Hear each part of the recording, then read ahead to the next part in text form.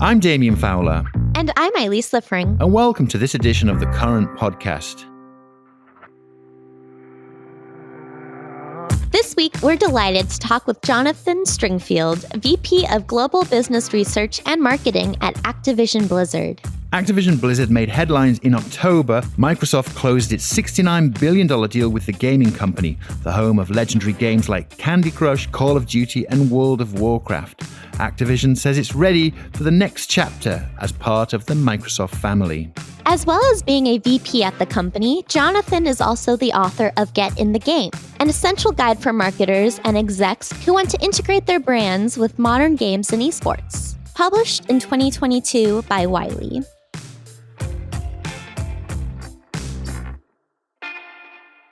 The book is realistically a reflection of where we are in the greater marketing agency as it pertains to gaming. Overall, the level of investment in gaming is considerably lower relative to, I think, the amount that the fans are investing in it, the extent to which this is consuming a greater amount of their time, and that on the whole, there's a lot of questions from marketers in terms of what's the right way to integrate, and realistically no good resources in terms of how do we start to get folks to understand what is ostensibly not just a form of entertainment, it's a new way in which people are increasingly interacting with media more generally. So the book was in some ways kind of a starter, what I was hoping to be a bit of a foundational educational piece to really kind of advance this conversation forward in the broader marketing industry. Yeah, there's definitely intense interest in it. I've noticed even in the last 12 months, it's picked up incredibly. Can you give us a sense of the scale now of gaming worldwide, just to sort of establish that context? I think the latest estimates are the total gaming population will be about 3.5 billion by next year. So somewhere between a third and a half of the population on the planet plays games. When we think about what it means to play a video game more generally, again, you kind of get that classic view of like someone with a controller or maybe at a PC or what have you. But realistically, one of the biggest segments of gaming fans out there is mobile, right? And since everyone has, or virtually everyone has, a mobile device globally that can handle games like Candy Crush, what we found is that the surface area for people that enjoy games is just that much bigger. So when you look at the stats and see that, conceivably the revenue that's attributed to gaming dwarfs things like film, movies, music, or what have you, it's because of the scale of the industry, first and foremost, in terms of how many fans have proliferated, certainly in the last decade or so. Yeah. What's interesting is people have certain preconceptions about gamers, and gamers have changed over the years. I remember when I was coming up, I had an Atari 800 and I used to play Frogger. I don't really consider myself a gamer anymore, but could you give us a little insight in terms of who are gamers? Yeah. So even the term gamer is kind of interesting insofar that it already kind of attributes a label that then kind of sparks preconceptions in our mind. There are folks that like readily identify as a gamer and are, very into it and one of these, spend multiple hours and lots of investment in the ecosystem and so on and so forth.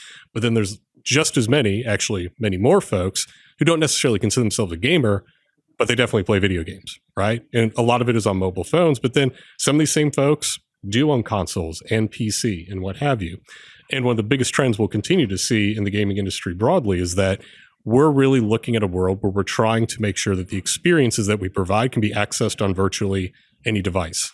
So I think by that metric, what we'll find is that the definition is going to continue to expand. And I think there's no better example than what's been happening in recent years. Look at things like the extent to which you see gaming IP in major movies, television shows. I think there's some, last I counted, 40 or 50 individual projects for TV or movie being developed from game IP right now. Wow, that's a lot. It's a lot. And again, it's good now. So like there is this world where, if you think about, how games have been portrayed in movies, like maybe in the early 90s, like, wasn't that great? Right. And like it kind of left a bad taste in people's mouth, not just folks that weren't fans of the games, but candidly, even the fans of the game. And that's really changed in recent years. So what that means in general is that it's just becoming not something that's an offset of culture, it's popular culture. And I think what we'll see in coming years is that already it's the case with even generations as young, and I'm definitely throwing up air quotes because I'm in this generation, as millennials, they spend most of their time gaming relative to other forms of media. And I don't think the marketing world has caught up with that fact. Do you happen to have a favorite gaming movie?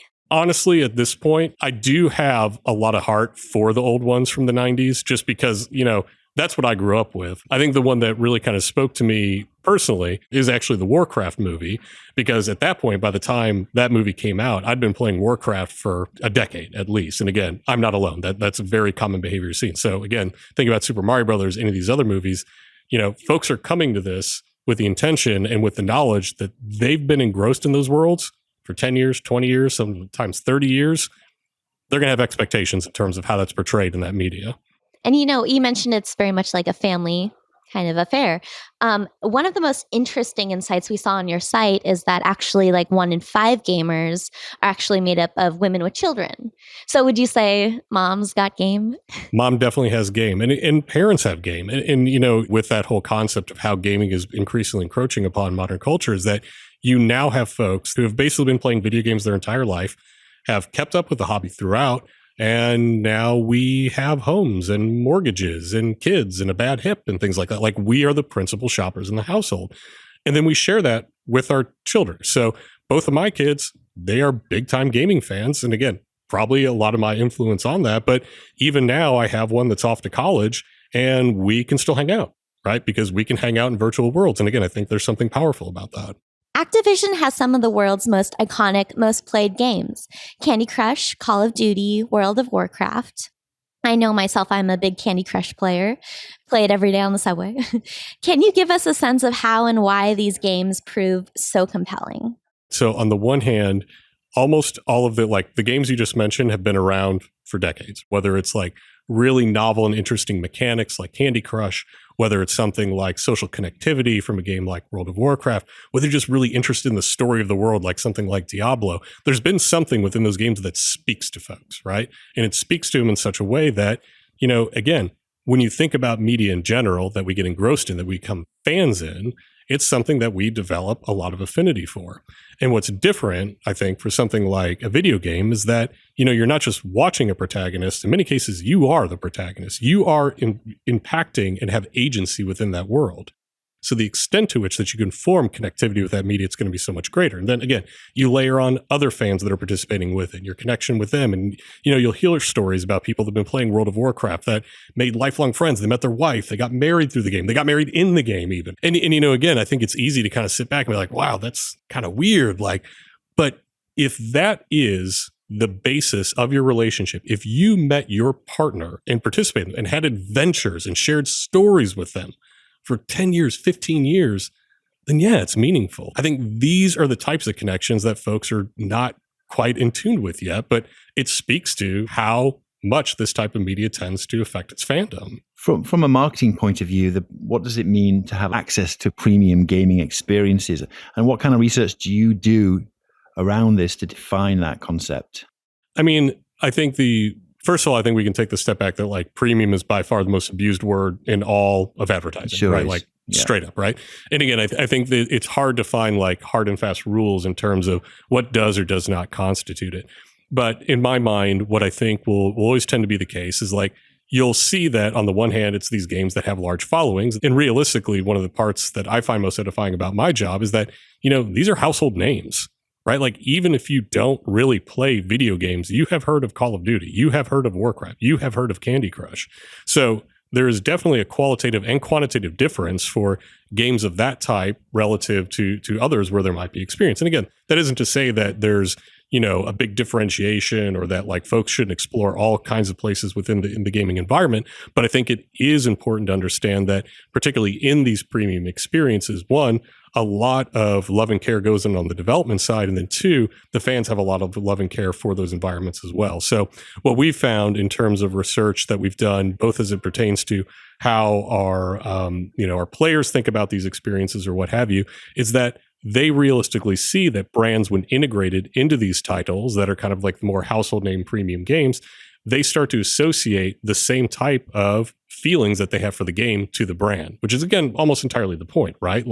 They're trying, the high bar, I think, for brands is to kind of be able to participate in some of that equity and have it shine on their brand. And we try to facilitate that in a way that's both efficacious for brands, but then again, also works well with the expectations of our fans in the game environment. How do you make it possible for brands to actually engage with like active users of the game? On the one hand, you have integrated marketing. So these are the things that you see in that are like the concerts, these in-depth integrations, Humvees in games like Call of Duty, things of that nature that really kind of speak to customized builds within the game environment. On the other hand, you have a lot of programmatic media opportunities that even occur in games like Candy Crush or what have you, that are video spots and what have you, that we tie into the game environment, again, in a way that kind of fits with the mechanics. So we work hand in hand with our developers to figure out where are the opportune places where brands can integrate, not just in a way that's not obtrusive with our players, but optimally in a way that can enhance the play experience. That's awesome. Could you give us a few like examples of brands that you guys have worked with in that kind of environment and way? I mean, I think, I'll stop short of calling out any specific brand aside, but will note that I think one of the big misconceptions about gaming is that has to be like endemic brands. That is definitely not the case, right? So we see everything from CPG to restaurants to anything in between. And actually, we did do a case study with Prada recently where they were put one of their fragrances, Prada Candy, within Candy Crush, right? Which, kind of makes sense that there's already like some degree of continuity between the two.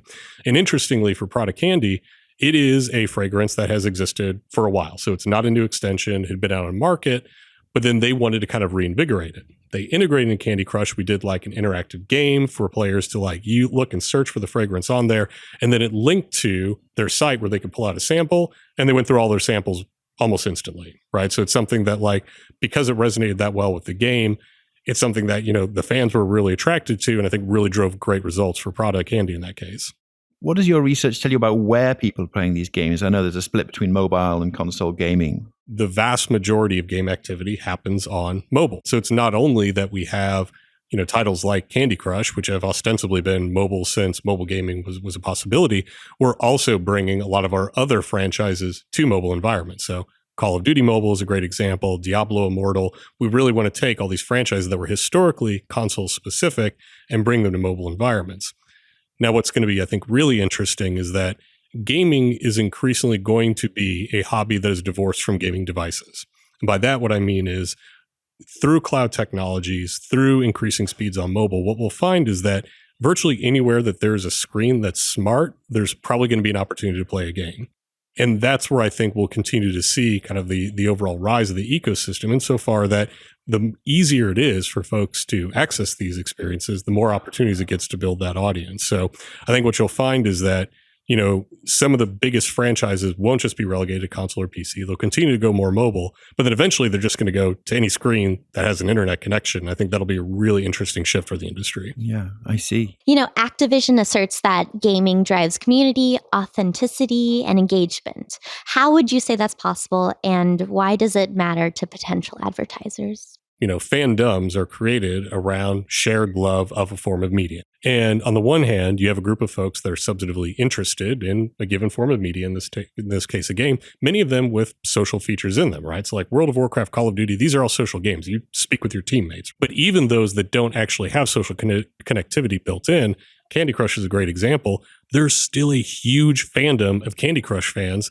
that go to like web forums to talk about strategies in Candy Crush. So they will go and find their community no matter what. The opportunity for advertisers is that, fandoms are powerful, right? When someone has that degree of connectivity to media, when it's effective on that level, right, with an A, it can be effective with an E for advertisers. And I think the concern is that because of the intense love that, game players have for games, that can actually be a little scary for advertisers. They believe if they integrate in a way that, one, they believe they're not welcome in general, but then two, if they don't integrate in a very specific way, that's going to kind of go sideways on them. But if you find a way to integrate that is fan forward, that does kind of fit with the needs and expectations of the fans, it can be super effective for advertisers for that reason of the level of affinity that the game players have for the experience. It seems like gaming is driving a big shift in entertainment habits. It's crossing... Transmedia might be one of the words, right? Like where it's multiple stories talked about through multiple forms of media. Yeah. What does this mean for marketers? Do they understand how entertainment habits are actually changing? I mean, I think there's still learning to be done. And the general point that I want advertisers to walk away with is that even if you aren't bought into the idea of gaming per se, what you can be bought into is the fact that media in general is becoming more interactive. And gaming is obviously at the forefront of interactive media. And I think advertisers are very good at and understand, even down to the psychology of how people think about movies or watch shows or even peruse social media. Less so, I think, at this time about things like interactivity. It's a different set of psychologies, right? It is a different way in which someone's mind is literally tuned into the media. And I think we're still kind of at the early stages of that. I'm encouraged that it has become a broader conversation. I think, when things like the metaverse and whatnot were very hot, that was basically a reflection of that, right? Because everything that the metaverse was that we were talking about, about a year ago and that are no longer really talking about, it was basically just gaming experiences, but it was the right idea, right? That, oh, wow, there's all these people that are in these online interactive spaces. How should I think about that? And again, maybe wrong focus at that point, but it was the right question. One of the things you're very interested in is measuring attention and attention metrics. How does that work in the context of gaming, and why is it so significant? Have marketers caught up with the way we should be looking at how people are paying attention in these new forms of media? I mean, it is certainly the case that you will be hard pressed to find a single marketer out there that is happy with their measurement, period. And again, to be clear, that's not a problem necessarily with the measurement companies. That's just kind of the nature of how measurement works with advertising. Fundamentally, most of the media that we're buying on is through the same metrics and lenses that we used circa 1970, right? It's reach and frequency, which is great. It has its purposes. Obviously, advertising is a scale game. We need to make sure that we have enough people that see a message, but we're less sure about whether it mattered to them or whether they saw it. So on the one hand, I think attention is becoming a broader conversation. One, because there is more focus on not just the breadth, but the depth of these potential interactions and how folks are consuming media. But then also because in worlds where more media is consumed interactively, reach and frequency just might not cut it. Almost regardless of what definition we land on, it's something that I think needs to happen, because otherwise we're still going to be stuck in the same reach frequency mode of buying that we kind of used to buy linear TV several decades ago. One area of gaming that is continuing to grow, I feel like, is that of e-commerce and shopping through games. Just curious about how you see growth in that. Yeah, for sure. I mean, the games industry wants to move with the economy of the world in such a way that we want everyone to play our games, and ultimately we just want to transact with folks in a way that makes sense for them, right? So in some games, some experiences, no one wants to pay anything, and maybe they're happy to watch an ad, and that's okay. In others, they want to pay $60 or $70 up front, and that's okay too. And then in a third, maybe they're buying certain, skins and what have you. And again, that's fine. What all of these potential activations allow us to do is just, again, be flexible in terms of how we can transact with customers to, again, make sure that we're reaching virtually everyone.